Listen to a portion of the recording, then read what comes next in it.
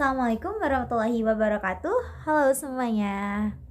Perkenalkan, kami dari kelompok krisis moneter yang beranggotakan saya Neneng Sakinah Tunjarah, teman saya Faidin Utanila, dan Muhammad Nabil Aisy. Kami bertiga akan menjelaskan tentang krisis moneter. Bagaimana sih krisis moneter? Pada tahun berapa ya krisis moneter terjadi? Nah, teman-teman, saksikan saja videonya.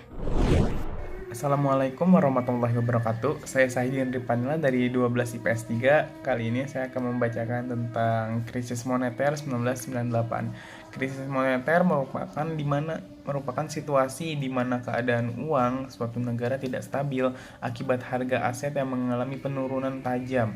Bisnis dan konsumen tidak dapat membayar hutang dan lembaga keuangan mengalami kekurangan likuiditas. Krisis moneter bisa dikaitkan dengan kepanikan investor yang menjual aset atau menarik dana dari rekening tabungan karena takut nilai asetnya turun bahkan hilang jika tetap disimpan di lembaga keuangan.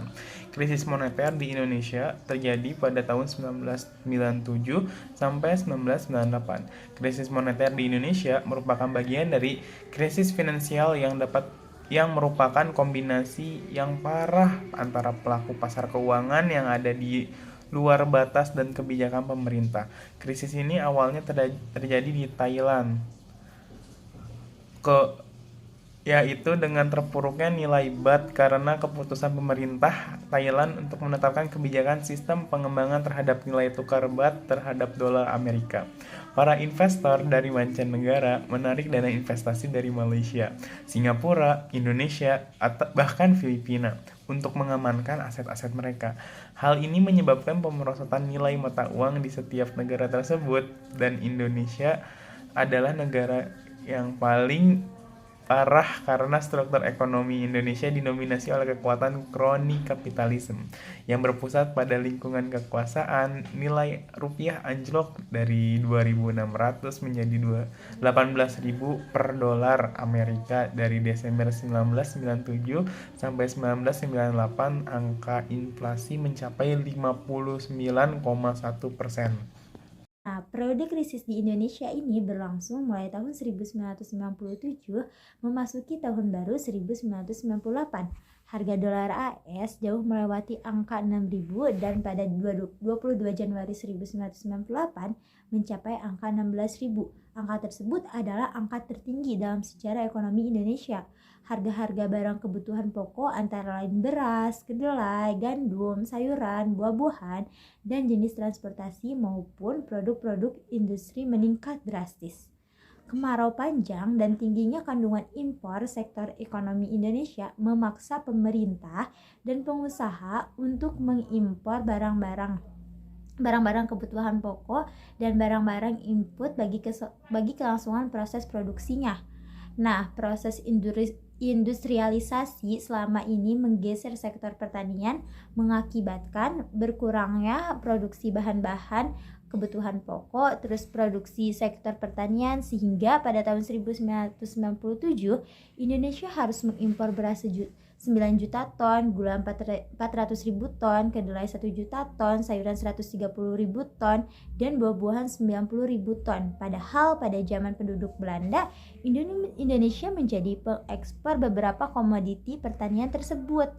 Dengan kata lain, tidak saja sektor industri yang bergantung pada luar negeri, tetapi juga beberapa produk pertanian penting sebagai bahan konsumsi seluruh rakyat Indonesia. Nah, kondisi krisis ekonomi ini dipengaruhi dengan adanya musim kemarau yang panjang.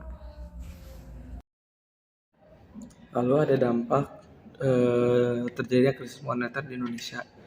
Yang pertama, lamanya sistem keuangan Indonesia. Lembaga keuangan khususnya perbankan dan pasar modal salah satunya alurannya dari asing ke dalam negeri. Pemasukan modal asing tidak diikuti dengan kemampuan pemerintah untuk mengimplementasikan aturan prudensial yang mengatur industri keuangan. Yang kedua, menguatnya nilai real rupiah. Pemasukan modal asing ke Indonesia semakin bertambah besar dan telah menguatkan nilai real rupiah. Rupiah yang menguat dapat meredam kenaikan suku bunga di pasar nasional. karena tingkat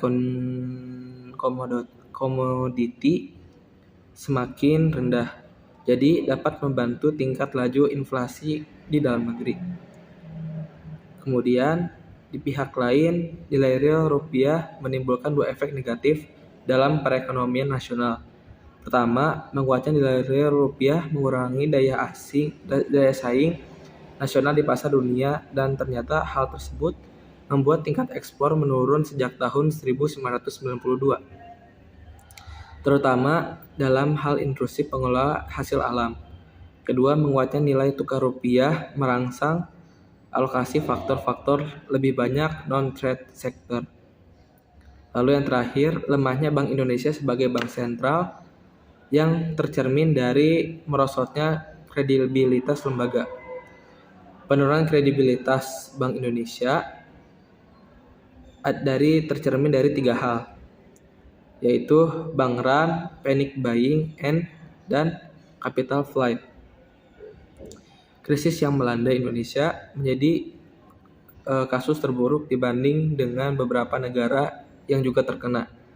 Sebagaimana di tempat lain, merosotnya dimulai dengan depresi mata uang nasional mulai bulan September sampai Oktober 1997. Berlainan dengan misalnya Malaysia, Thailand, dan Korea Selatan, di mana inflasi dapat dikendalikan dengan lembaga-lembaga dibersihkan. Krisis moneter Indonesia justru memburuk dan memicu pula terjadinya krisis politik yang mengakibatkan jatuhnya rezim Soeharto pada Mei 1998. Cara penyelesaian dari krisis moneter 1998 dikutip dari kumpara.com, yaitu yang pertama, diambil alihnya bangkrut perbankan dengan nilai 670 triliun rupiah yang dikenal dengan Bantuan Likuiditas Bank Indonesia BLBI. Yang kedua, konsistensi melakukan perubahan yang terstruktur. Yang ketiga, dibatalkannya proyek-proyek besar jangka panjang. Yang keempat, sikap legowo pemimpin untuk menyelamatkan persatuan dan demokrasi. Yang kelima, difungsikannya lembaga negara sesuai kedudukan, tugas, dan kewenangannya sesuai UUD 1945. Sekian presentasi dari kami. Mohon maaf kalau ada kesalahan. Wassalamualaikum warahmatullahi wabarakatuh.